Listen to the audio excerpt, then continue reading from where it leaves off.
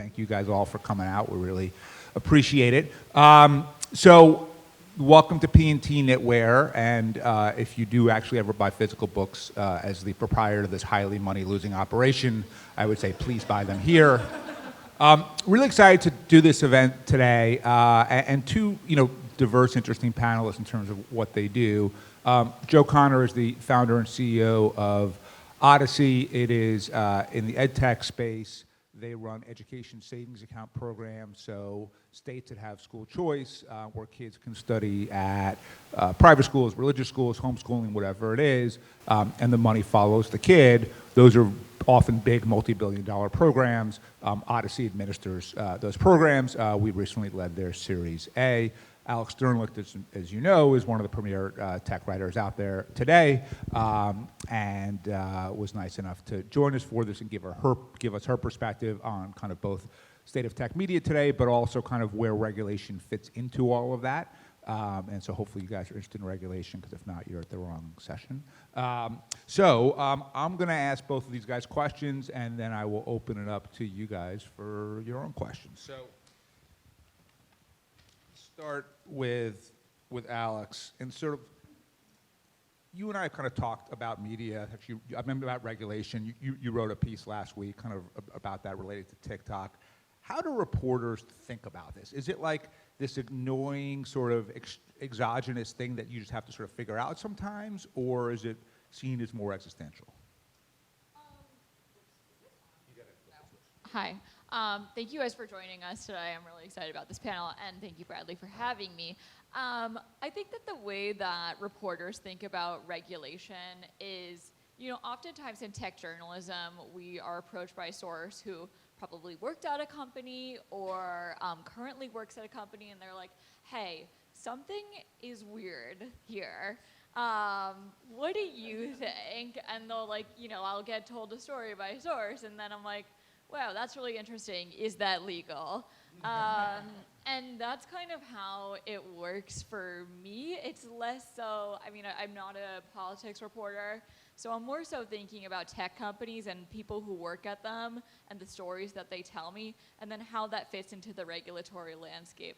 I think that historically you've seen that pattern too. I think Meta is a really good example of that, where whistleblowers are continually coming to journalists and saying, this happened, and then regulators are playing catch up. So I think that that's like the historic pattern. The TikTok ban presents a really interesting example where it seems like they're doing some proactive regulation, but again, there's been a lot of reporting that led up to that. That said, the national security folks have their own intelligence reports that they're giving Congress, so yeah. And so what we know in the sort of tech regulatory world, this like nerdy group of 12 of us or whatever, is that most regulation really occurs at the municipal and state level. But most people, if you stopped 50 people on the street and said, where does regulation happen? I think 30 would ignore you. But of the 20 that might answer, you get Washington is most of the responses. Right. Reporters kind of same thing, or do you feel like there's a greater sense of understanding that where we think regulation occurs and where it actually occurs is two different things? What do you mean? Meaning that Washington sucks up most of the attention and does almost nothing, yes. Especially when it comes to regulating tech, and state and municipal government, which gets a lot less attention, especially around sort of tech regulation, is where all the rules are actually made. Totally. I think that you see a lot of big sexy tech CEO of the moment is going and testifying in front of Congress, but that's kind of it. And it's Congress is do you do bad things? And they're like, no. And then it's okay, you can go home now. Thanks. Right.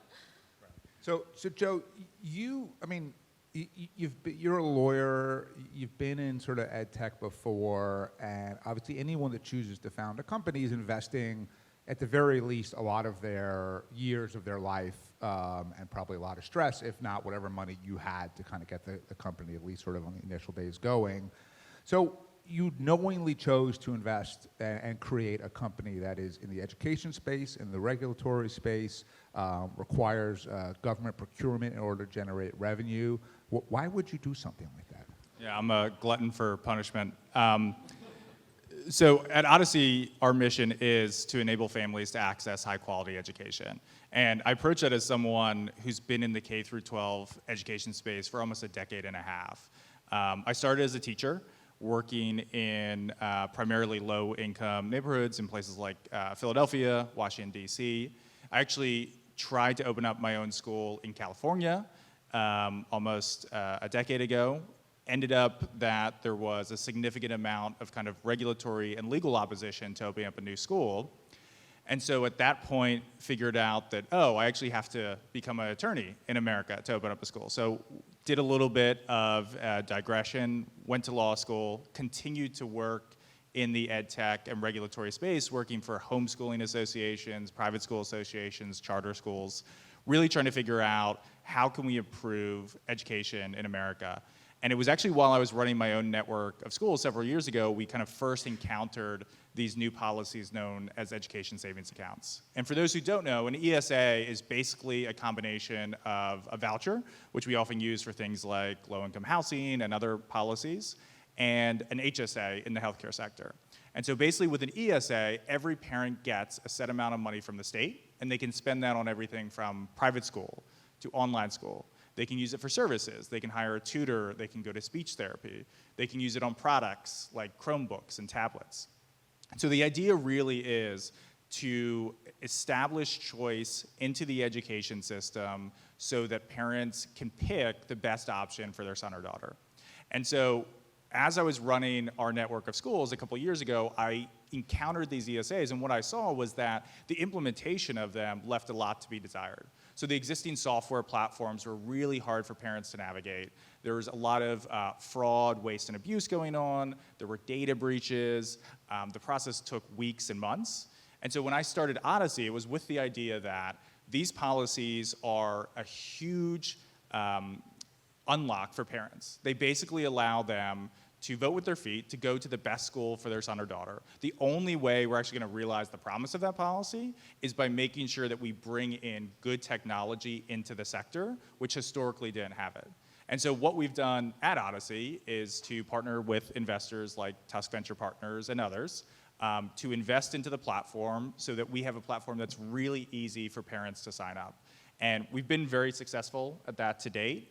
Today we have over 140,000 students on the platform who are receiving $400 million in terms of their access to funding for K through 12 education.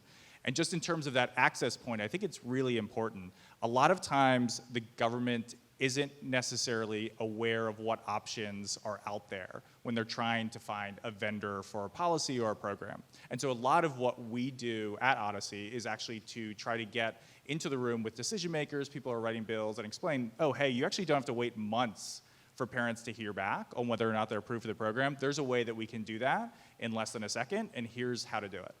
So a lot of our work is education to the state and trying to explain exactly how to do that. Yeah. So one of the hallmarks of politics is crisis, right? Something goes wrong at every moment. sure. Yeah, and then you're scrambling to do it. Literally every moment. Yes, I mean, that is, if you're not a crisis junkie, you shouldn't work in politics. I often find that in my experience with startups, sometimes they kind of intuitively understand how to deal with the media around a crisis, and sometimes all of their instincts are exactly wrong. So if you were, instead of being a reporter, you know, an investor, and you were advising portfolio companies on like, okay, when something goes wrong, which it invariably will, here is the best way to approach this so that the media coverage around it is the least bad possible, what should they do? Okay, I'm gonna speak about this from the context of what's happening in current events. I think you're seeing some, let's take OpenAI for example. So we know that they have had a really restrictive exit agreement where they changed it, but employees who are exiting the company faced a forfeiture of their shares if they disparage the company.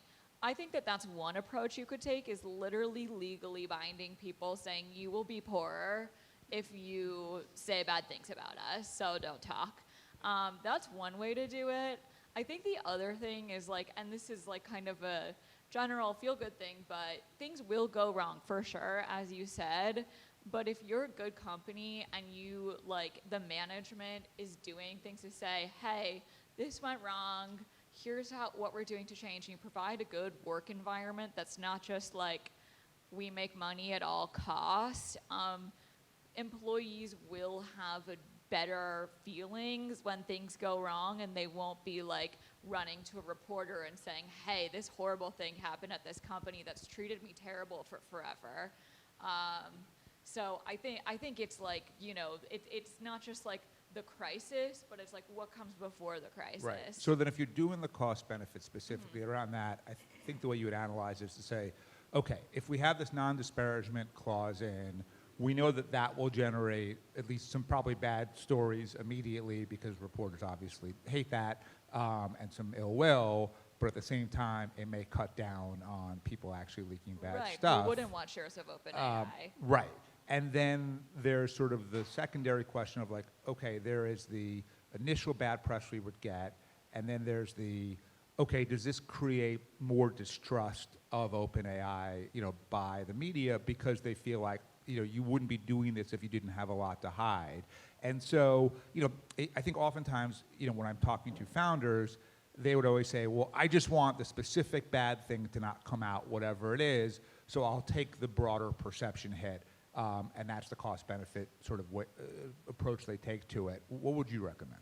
Yeah, I mean, I think it's sort of like, you know, when reporters see that kind of stuff, and I actually wrote a very similar story about the TikTok RSU agreement, which is even more restrictive than OpenAI's because employees aren't allowed to disparage or talk about the company while they're employed with the risk of losing their shares. And the thing is about TikTok is the company's probably never going to go public. We know that. So the only way that employees can make money is through the TikTok buyback program, which means they need to have a good relationship with the company while and after their employment. Anyway, that is a kind of non sequitur. But to answer your question, I mean, I think it's sort of like a kid going up to their parents and being like, I didn't eat all the candy. You know, it's sort of like, well, I didn't think that you ate all the candy, but now that you're telling me this, I feel like I have a reason to think, oh, maybe I should like look at the candy bowl or whatever and see if they ate all of it. So that's kind of, as a reporter, where I sit is if you have an incredibly restrictive thing like that and that comes across my desk, like, what are you doing, you know? So is let's say that a company says, okay, we're going to try to have goodwill and the kind of culture that you're talking about, but what they're kind of expecting in return is that you're going to therefore look at them with a little more graciousness. So, you know, it's a company that is open and transparent and accessible, and then an employee comes running to you with a bad story. Are you less likely to run with that story because you feel like, oh, this company does things the right way? Or would they say, she's still going to screw us over anyway, so why not just protect ourselves? Oh, I mean, definitely not. Like, I'm still going to publish a story, but, like, you know, I think it's, you know, like, there's, and maybe this is too in the weeds, but, like, there's a really interesting relationship that every reporter has with every company's comms team. And I feel that if you, as a comms person, are kind of like able to say some things that are like real, like provide some like counter examples and like really walk the reporter through what's happening and like give me or my journalistic peers something to go on, like that's gonna end up in the story because we don't want to write like it's all horrible, the company is horrible, it's horrible, it's horrible. Like we want to provide narratives that have balance. And if there's balance to be had, like, we will include that. If you're a good journalist, you're going to include that. So I think that's sort of like where the comms and the culture kind of comes in. All right. Before I turn to the last question, are there a couple of companies whose comms teams are notable, either really good or really bad? I mean, I think that a lot of comms teams they're good at doing their jobs. Like, I think that, and the jobs are different from company to company. I'm not gonna call out specifics because I feel like that would be wrong, and a lot of these are companies that I am talking to every single day. But, you know, for example, last week I was writing about a company that I don't normally write about, and this person and I, over the course of 2 days, got on the phone 6 times, and we also had a Zoom where she like walked me through some things. And I was like, I don't know if we're gonna run the story, but like, I really appreciated that level of like, your reporting matters, and I'm gonna like try and answer your questions as best as I can. So, Joe, there's the reality of government and politics, there's the perception of government and politics, and I think as someone who talks to you, all of the time, what makes your job both hard and interesting is, now that you've been at this for a little while, I don't think you would either say, oh, the perception's totally screwed up, and it's totally wrong, government is like wonderful, efficient, transparent, honest, nor do I think you would say everyone is corrupt and everyone is stealing and everyone is lying either. So what's the reality like, and how does it compare to your expectations? So I would say it's complicated. It depends on a lot of things. I think it depends on the level of government, talking about what local municipalities look like versus states versus the federal government. I think it depends on states. For people who do sell to state governments, there are certain states that have reputations as being upstanding, really good at procurement, really actually focused on, hey, we actually want to get the best product for our citizens. Other states have less than stellar reputations with that. And then I think it also actually varies by agency. Certain agencies, just as a result of what function they perform for the government, are funded at greater rates. So in terms of looking at what is a sophisticated agency that you could sell to, typically, a Department of Revenue would actually be a pretty well-resourced agency, in my opinion, because they handle such a vital function for the government. Other agencies can be more difficult because they can kind of be perpetually under-resourced and understaffed. So I think it does really vary across the spectrum. So you are in a space where the revenue model normally for K through 12 is a mess, right? Because there's 15,000 K through 12 school districts in this country, and other than maybe like Microsoft and Google and some textbook makers, no one really has the ability to cover all of that, right? Which makes it almost impossible for an ed tech model based on selling into K through 12 successful. It's funny, they all pitch you and they say, look, it's $1 trillion market between this and higher ed. And it's like, yeah, but you can't access any of it, so it doesn't matter. You pick a different approach where effectively you have one customer per state, and only 12 states, 13 states do this right now. So for everyone here thinking about or listening to this in the podcast later, creating a startup that sells into government already highly, highly fragmented market, how did you think about it, and what advice would you give now that you've been at this for a while? Yeah, I think one of the biggest takeaways I have after doing this for several years is that every agency is very different and unique. What it takes to sell into the Department of Defense is very different than what it takes to sell into a state agency. And so I think oftentimes, especially now, there's a lot of interest in the tech sector, in government tech companies, but in my experience, it can be very vastly different, right? What we do versus what a Palantir or an Anduril does is quite different. So I think that one of the most important things to remember is that during the process, making sure that you have identified that there really is an inflection point for the technology. And I think that's kind of key.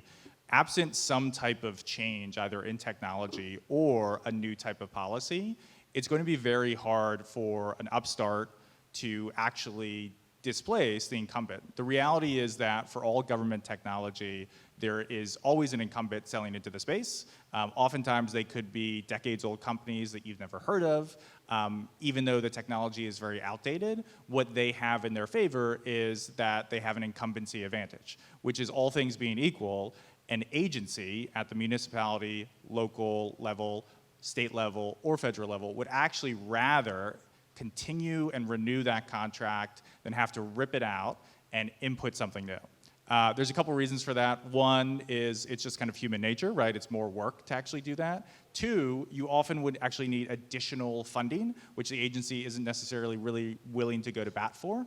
And then three, there generally is, I think, it's very important to understand that agencies think about things differently than we do. Typically, what they're worried about is limiting fraud, waste, and abuse. They have a very conservative approach. And so if something is working, even if it's only working okay, they're probably not going to replace it. So I think one of the biggest things is there really has to be an inflection point, right? Artificial intelligence theoretically could be that. I think for some agencies where it's such a massive change from previous technologies that it would provide an opening. In our case at Odyssey, what we essentially are riding the wave on is the fact that these ESAs are new policies.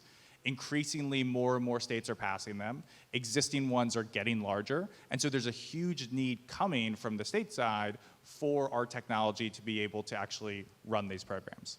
So let me ask you one follow-up to that. And it's a kind of a weird question. We actually have like a TVP offsite the rest of today. This is one of our major topics, which is, okay, so the legislation to create an ESA is always going to be the product of a political negotiation, right? But after that, if AI could then say, all right, we're going to use AI to pick the winner of the procurement process and to govern and enforce and everything else because it will do better. It'll do it better than human beings, within the bounds that were set out in the legislation. One, do you think that'd be a better system? And two, do you think that will actually happen? So as an attorney, my favorite response was always, it depends. So that's what I'll say here, it depends.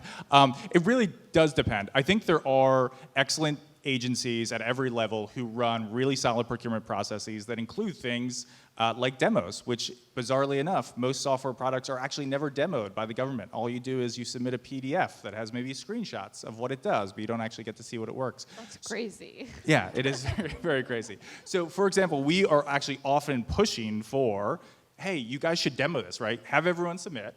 And then for those that you think kind of meet the cutoff, actually have them come in and you can ask questions. You can have your chief information officer ask questions. And so I think for those states, I don't necessarily know that that would be an improvement, but I think it could be probably an aid in many states, right? Where the artificial intelligence could maybe review all of the documentation.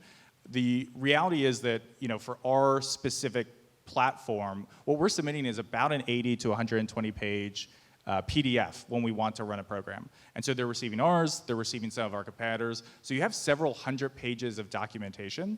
It's a very quick turnaround time. Typically you're hearing about an award maybe a month or two after you've submitted. And so that is a lot of information for people to get through. So I also think it could be useful for that, just as an aid for, hey, we've given it all of the PDF copies that everyone submitted. What is the security policy for each of them, right? Compare and contrast, things like that. And also from sort of an ethics standpoint, if you had AI scoring, let's just say an RFP at the same time as human beings, and there's a giant disparity between the two, that might be a decent indication that there's some corruption afoot. Yes, I think that unfortunately there is sometimes corruption in the procurement process. So something like artificial intelligence, I think, could actually maybe provide some type of objective, empirical take on here's where everyone actually kind of falls out along the requirements that we asked for. So I have a separate question for you, but I want to do a follow-up to you on this one, which is, okay, so a governor announces, let's assume in this case probably a red state governor, you know what, we're going to replace bureaucrats at 12 state agencies with AI who we think can do the job far better, far faster, and far more honestly and ethically for vastly less money. As a reporter, what's your gut as to how you're writing that story? I mean, that would be insane. My gut is, this is psychotic. So how I'm going to approach that story, I don't know the course of events that have got us to this point, but I'm going to be interviewing experts, like probably you guys, and being like, what do you think? As people who are often at the intersection of government and technology, what's your take? And I'm going to let you guys say, this is psychotic. And what if we said, you know what, this actually makes sense? How would you react? Then I'm gonna say, awesome.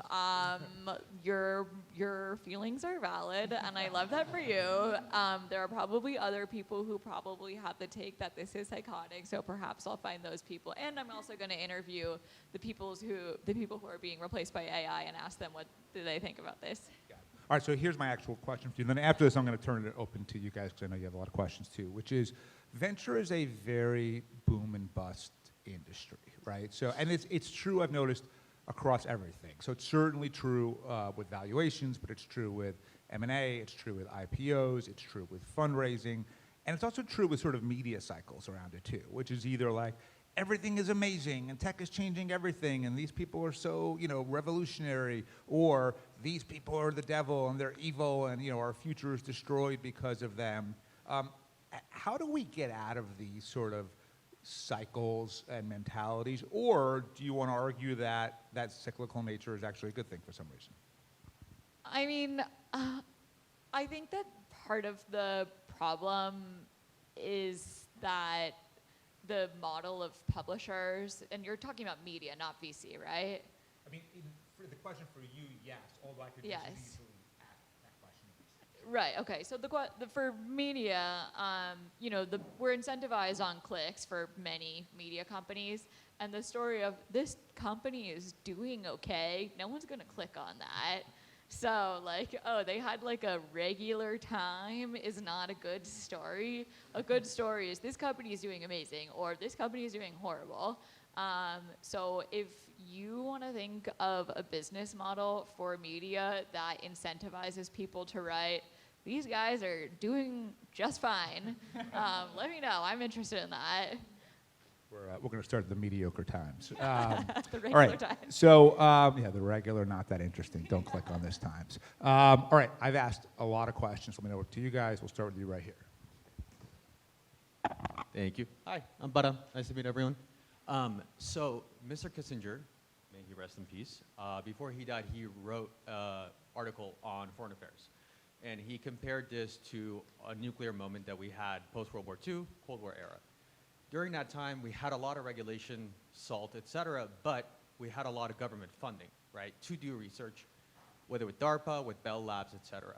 Now, we're in a different regulatory environment in this new nuclear era where I'm seeing a lot of regulation, and I'm seeing a lot of let the private sector handle it, but very little government funding for DARPA or for the equivalent of a Bell Labs to really go after models that are incentivized to be produced differently than a profit incentive.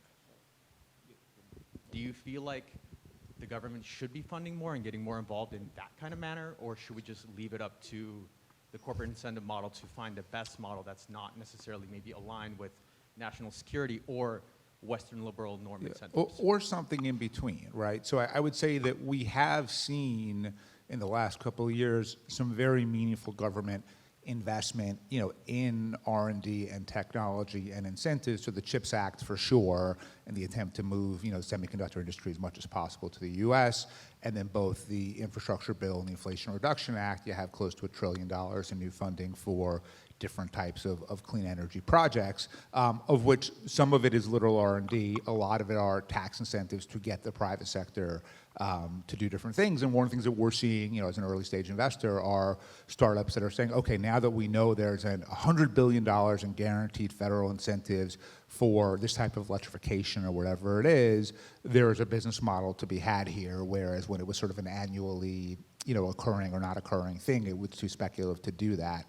So on one hand, I do think it's happening. I think nuclear, it needs to happen. And we've got two issues, right? One is the biggest one by far, the perception problem, which is the perception of nuclear is vastly worse than the reality of it. Even 3 Mile Island didn't actually kill all that many people, right? However, government tends to be bad at leading the charge on that. Politicians basically make, in my experience, every decision solely based on the next election and nothing else. And so it's very easy to get press if you say the world is about to explode because we have a nuclear reactor, Indian Point in Westchester, and it's going to kill everyone in the metropolitan area. That seems like a great story. So we should close it. Governor Cuomo did that. He closed it, and now New York City is about to enter an energy crisis because we don't have enough cheap electricity because of that. So I think that there are precedents for these things, and they have to happen. So if you look at the clean energy stuff, you've had sort of a decade of people clamoring for kind of, I'm not an AOC Green New Deal type person, but I do think it laid the groundwork in a lot of ways for what we just saw come out of Congress.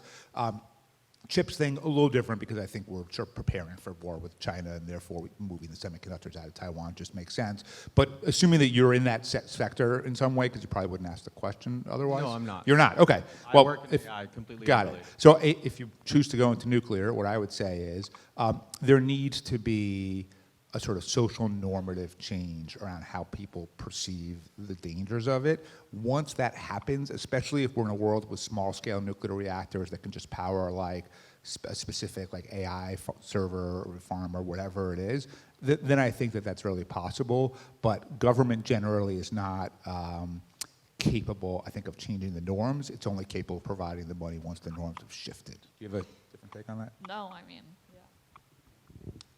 Yeah, I would agree with that. I think in the case of Odyssey, that is true. One of the major things that happened over the last 5 years in K through 12 education was COVID closed many schools.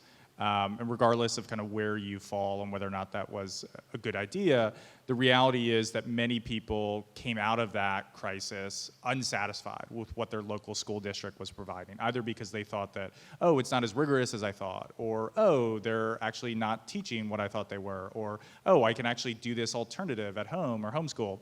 And so one of the biggest things that I think I believe in is that typically government policy is a lagging indicator, which means that something has shifted already in the culture, and the legislature or Congress or the agency is actually responding to that shift rather than it actually kind of being generated by the politicians or Congress themselves. And so I think that that is an important thing to consider, which is there usually has to be some type of shift for that to happen.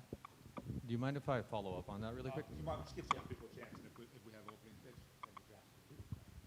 Alex, you mentioned earlier that media companies are incentivized to write stories that garner a lot of clicks. Used to be.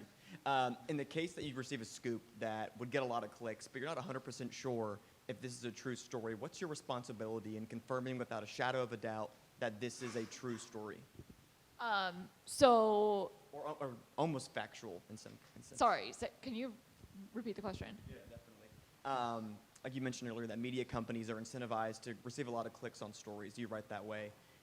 In the case that you get a scoop that you're not 100% sure is true, but it would get a lot of clicks, what's your responsibility in confirming that this story is true? Yeah.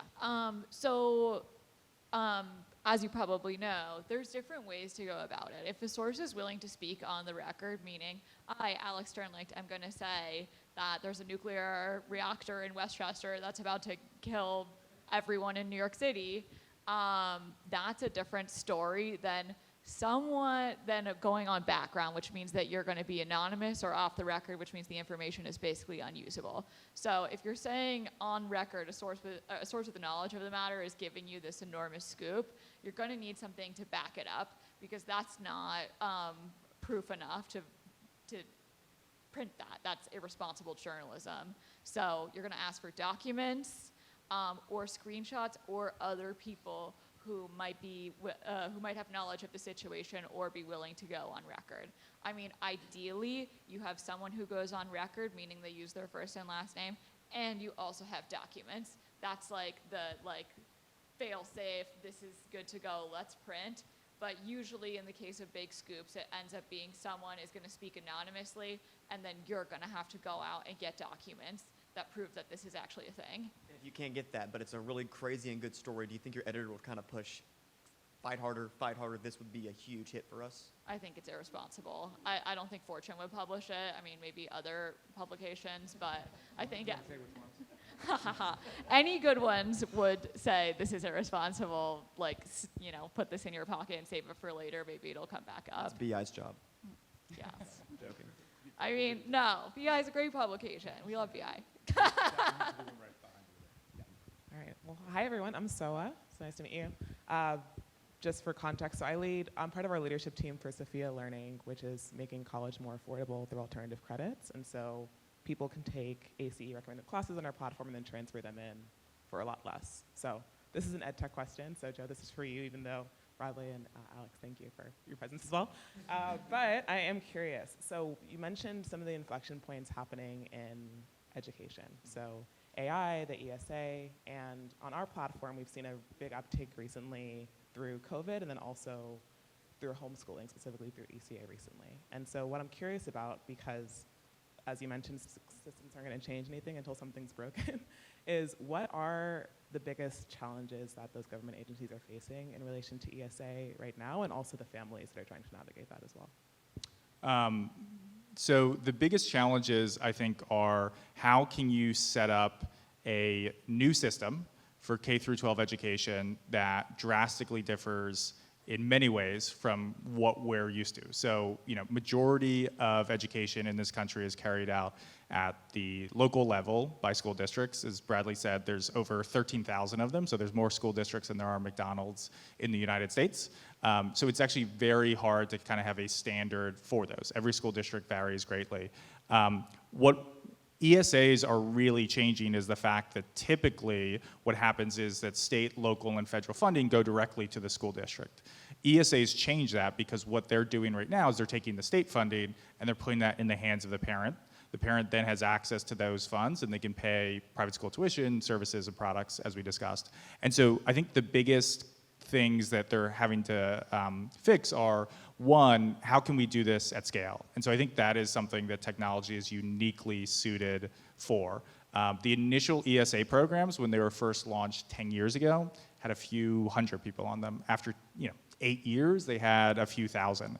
Nowadays, they're launching and they have 10, 20. In Florida, will probably be over 400,000 for this coming school year. So these programs increasingly are getting bigger and larger, and so there are issues at the agency level with their capacity. They can't continue to hire staff members to oversee the manual processes, so they really are having to look at how can we actually utilize technology to improve this. And so I think that's probably one of the biggest challenges for ESAs. Thank you.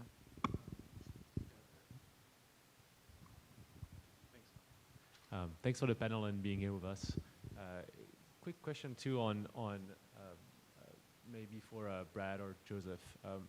How do you structure your team and your efforts to get both government buy-in and government buyers?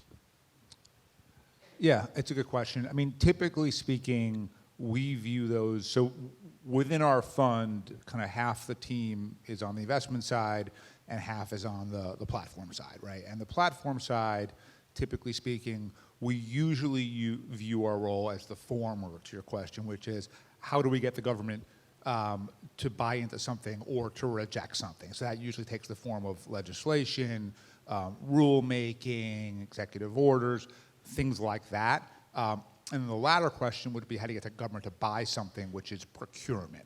So of the 53 deals that we've done so far out of our first 3 funds, we've only done 2 companies that sell into government as their primary business model, Odyssey and another company called IndieGov. And generally speaking, as someone who has overseen budget offices in government and therefore understands the procurement process, I do not like the idea typically of one of my portfolio companies being reliant on that model for their revenue. I do like it quite a bit when it is one vertical that a company is selling into, right? So oftentimes we'll meet with a founder and it's a SaaS enterprise company or whatever it is, and I'll say, hey, I think these sectors within government might be good customers. Would you be interested in that? And if they say yes, then we can try to help open up that market for them. But generally speaking, I would say all of it is hard, but I think that if you are thinking about creating a company that sells into government, you need something really unique like what Joe has here, simply because one, investors typically don't like the model.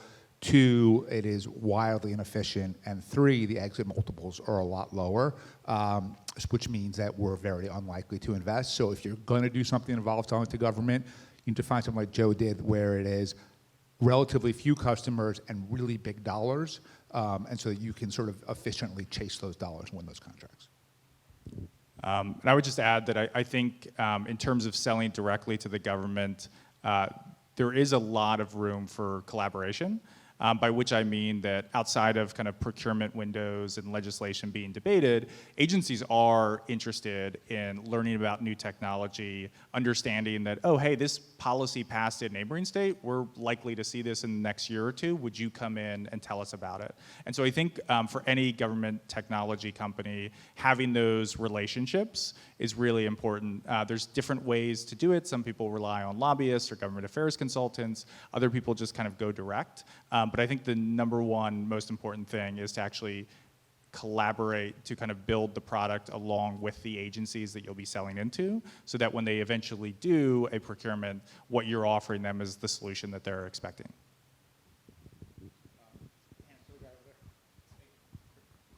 Hey, I'm Will, and I'm totally losing my voice, so apologies. You've talked a lot about how you engage elected officials, whether at the school board level or like the federal or state level. I'm curious, like for Odyssey or other growing startups, organizations, how do you engage with the process of electing those officials? Do you need to engage at like the school board level? Do you? Are there effective ways to do that? I suppose it kind of depends, but. It depends on what your ultimate business model is, but generally speaking, if a startup has to elect entirely different kinds of people in order for then its product or service to be legalized or purchased, the startup's not going to make it, right? You can make bets as to the ways that norms will shift and policies will shift. So like, for example, in 2019, we led the Series A of a company called Alma. Alma is a behavioral health company that does all of the back-end work for therapists. And the bet that Jordan and I made was that the stigma around mental health was going to decline, and that the kind of ways that people in New York are open about that would become the case everywhere, and therefore the market would expand.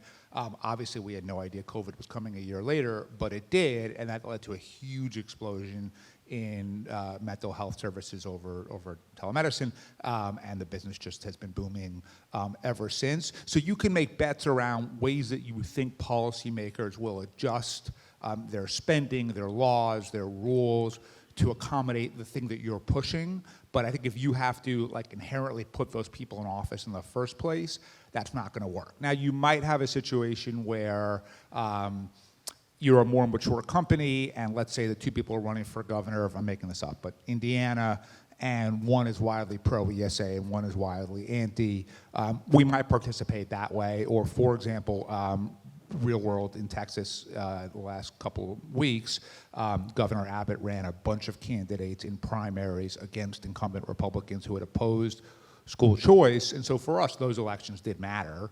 But generally speaking, if that's your starting point, I think it's going to be really tough. Yeah, I would add that I think generally the way that it works out is typically companies or individuals at those companies, if they're startups, are not giving money directly, but typically there are groups that are trying to influence the conversation, and so there's usually an ability to kind of work off of that. But once again, it kind of comes down to, is there a secular change that's kind of undergoing in society? And then there's different vested interest groups, right? So for ESAs in particular, like a lot of parents have chosen alternatives now to the public school district. And so those parents in some ways would be kind of very forceful advocates for, well, hey, we want the ESA in our state so that we can actually afford to homeschool or to send our son or daughter to private school. Cool, thanks.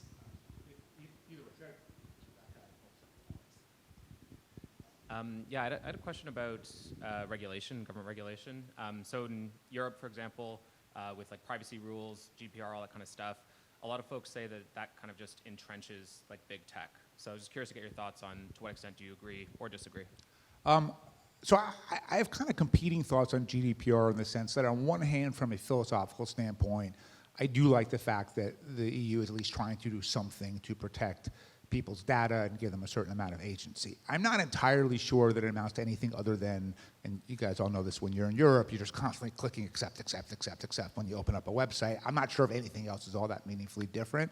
But I think overall, look, generally speaking, the argument that you made to me is more like clickbait, to use a term that Alex just brought up, where big tech companies say, oh, you can't regulate us because if you do, it will entrench us that much further, and that's not what you're trying to do. That's usually bullshit in my view. So like, for example, I've been a very ardent supporter of the FTC and Lena Khan's efforts to break up some of the really, really giant tech companies, not because I look at it as sort of a market crusader, but as a seed and Series A investor, I never see any competitors to Google or Meta or Amazon or Apple or Microsoft, because those companies have so much monopolistic power that you can't possibly compete with them.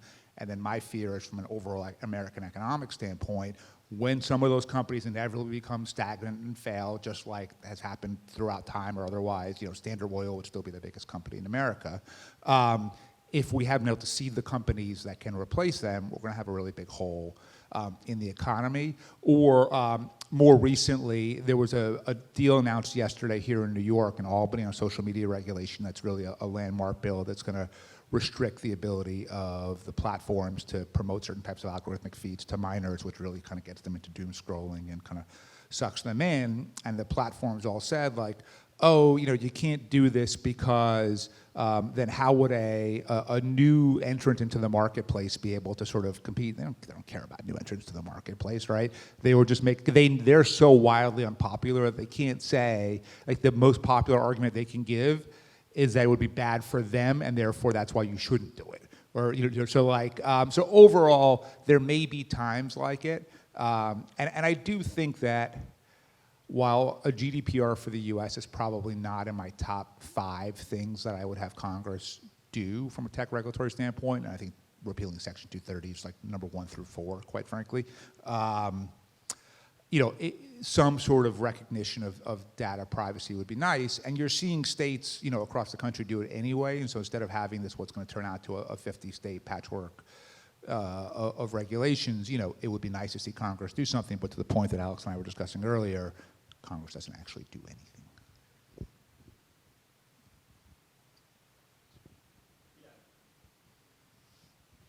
Question for Alexandra. At the beginning, we were talking about controversy and crisis in the lens of big companies.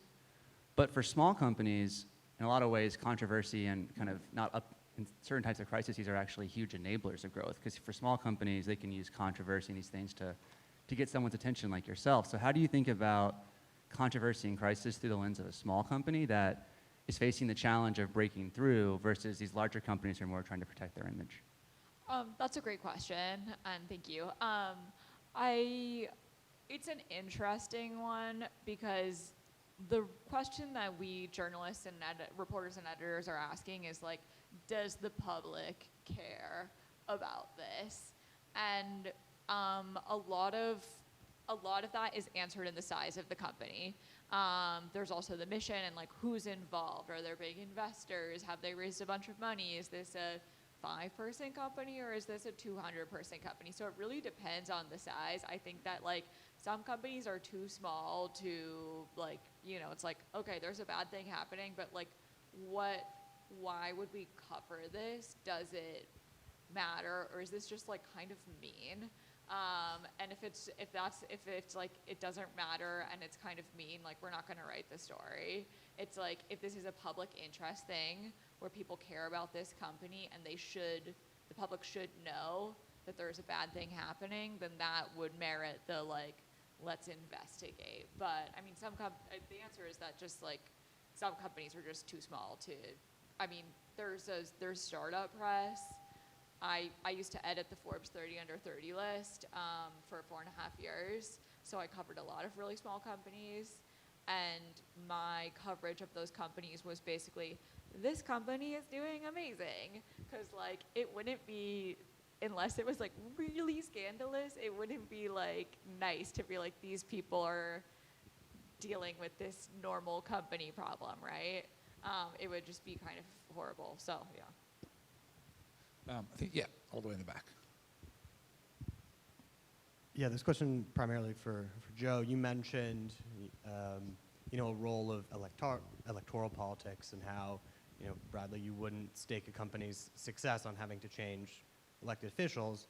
But I imagine when you look at the states that you're live with ESAs, right, there's a natural kind of political divide to some degree today about school choice. So putting aside whether that's should be a political argument or not, how do you kind of face that realistically and engage with legislators and rulemakers, knowing that what's palatable in Idaho or Iowa is going to differ from New York, and not just the sales process, but kind of how you think about the philosophy behind the product you're providing? Yeah, it's a great question. The way that we approach it is we would support any policy offered by anyone if it is providing a reasonable education savings account for that state. And so by that, we don't necessarily engage in kind of a very traditional, blue-red political divide. I do think that, to get at your larger question, that historically school choice at different times has been controversial, but it's actually cyclical too. And Bradley, I'm sure, remembers this, but a decade or so ago, school choice was broadly supported by both parties, both at the federal and state level. We've moved away from that. But I think even for education savings accounts now, there is actually bipartisan support in many states. So Louisiana just passed an education savings account last week, and that ESA did have a number of Democratic votes. It wasn't a majority, obviously, but it was a significant portion of it. And so I think part of it is, from our point of view, we don't engage in politics in terms of, hey, we're going to pick one party and we're going to go all in with that. We would support anyone who supports the policies that we help run. And then we do make sure that, honestly, at the end of the day, after the legislation is passed, it goes to an agency. The agency sometimes has, political leanings just because of the state they're in or the sector that they're in. But typically what they're looking for is really, it's nonpartisan. They're looking for a technology product that's going to come in, that's going to prevent fraud, waste, and abuse, right, which is something Republicans and Democrats can agree on, is going to be able to scale and handle kind of massive amounts of applications and transaction processing. And so a lot of that actually would be ineffective for us to really engage and to trumpet one party or the other, because oftentimes at the end of the day, you're not selling to those politicians. The state agency is going through a procurement process. They're putting out an RFP, an RFI, RFQ, you're responding to it. And so it's actually a pretty non-political process once you get to procurement itself. I think we have time for one more. There is one more. If not, you got to follow up. Go ahead. Nope, I think it's okay. So Joe and Brad have both been talking about coordinating or collaborating with regulators, but earlier Joe made the point of regulations being lagging, right? And so how do you think about situations in which there isn't the guidance you need, or the guidance that's there to form? So like circumventing regulation, finding practice campuses. Yeah, so I think that although policy is a lagging indicator, some states are early adopters, and we've seen that with ESAs. And so states like Arizona and Florida were actually two of the earliest states to pass it. And so it is something that has been on other people's radars in surrounding and neighboring states. An interesting fact about selling to state governments and agencies is actually that the states directly around that particular state are highly influential on legislation as well as kind of what they adopt. So if New York is adopting something, Connecticut's going to take a very close look at it. And so I think a lot of what you're trying to do is find out the people at the agency who would theoretically oversee a program like that, and then trying to kind of educate them on what would happen with that. The other thing is also that typically it does happen quickly, but if a state is going to enter a new legislative session, agencies, because it's in their best interest, will actually kind of take a look and talk to some of the politicians about, hey, what is going to be on tap? What are kind of the priorities of the House and Senate this year? And then they'll actually kind of try to preemptively understand more about, oh, we're going to maybe pass an ESA. Like, we should go and talk to some people from Arizona or Florida, learn about that. And so part of it is, I think, just kind of being aware of when that idea in that state kind of reaches escape velocity. Yeah, and just from a broader standpoint, I find that like half of our investments are in spaces that already exist, and even if the specific tweak that our portfolio company has isn't currently regulated because no one's really thought of it yet, the sector broadly, like education, is regulated. But then there's crypto and drones and AI and autonomous vehicles and so many sectors that the good news is you don't have some big entrenched interest that you're trying to disrupt, right? So like, despite everything Joe just said, the reality is Odyssey at the moment is more of a red state business model simply because the teachers unions don't like school choice, and therefore in blue states our path is a lot harder. Obviously we would love to do this in blue states, but it's tougher. So there are other worlds sometimes where it's a product that you don't have to sort of fight anyone off from an incumbent standpoint, which is great, but there also is no regulatory framework to begin with, which may sound like sort of paradise from a libertarian's perspective, but actually you can't build multi-billion dollar markets without some structure and some regulation. You need that. And so then the question becomes, can we create a regulatory framework here in a reasonable enough period of time for this company to succeed? So there are times where we love what someone is doing, but they're going to raise, in their Series A, $10 million on a 50 million post or something like that, and it would require entirely new legislative frameworks and ways of thinking.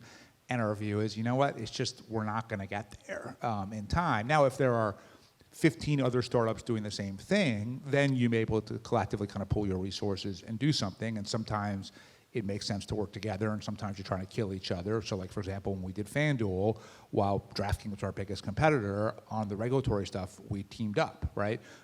Or like when I did Uber, we always actually wanted to try to box Lyft out of the marketplace, but because our business models are identical, we never could. So sometimes you can make those choices. But overall, if kind of what you're getting towards is you're creating a startup in a white space where there's no regulatory framework whatsoever, that can be great, but it can also be really, really dangerous. So you have to think about, what's feasible to create in the time and the money you have to make something work. So anyway, thank you guys all so much for coming. Alex, Joe, thank you guys for doing this. And I guess last thing is how do people sort of follow your work?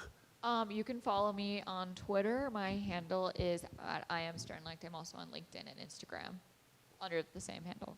You can reach me on Twitter @Joseph J. Connor, or just email me, joe@withodyssey.com.